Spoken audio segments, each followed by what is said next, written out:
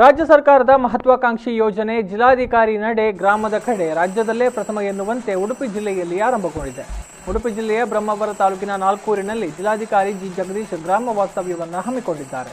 ಗ್ರಾಮಸ್ಥರು ಜಿಲ್ಲಾಧಿಕಾರಿಗಳಿಗೆ ಭವ್ಯ ಸ್ವಾಗತವನ್ನು ಕೋರಿದ್ರು.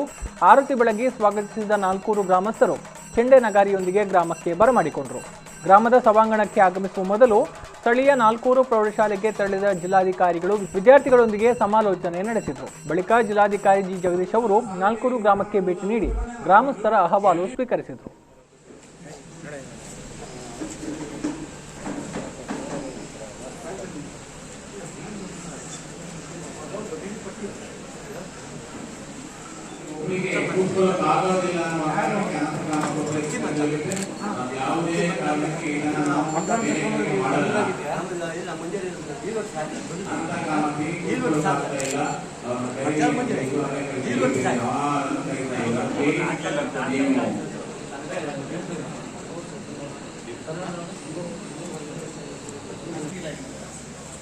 ಇದು ರಿಜೆಕ್ಟ್ ಆಗ್ಬಿಟ್ಟಿದೆ. ಅದರ ಫುಡ್ಗೆ ಲಿಮಿಟ್ಸ್ ಅಂತ ಚೆಕ್ ಮಾಡಿದೆ.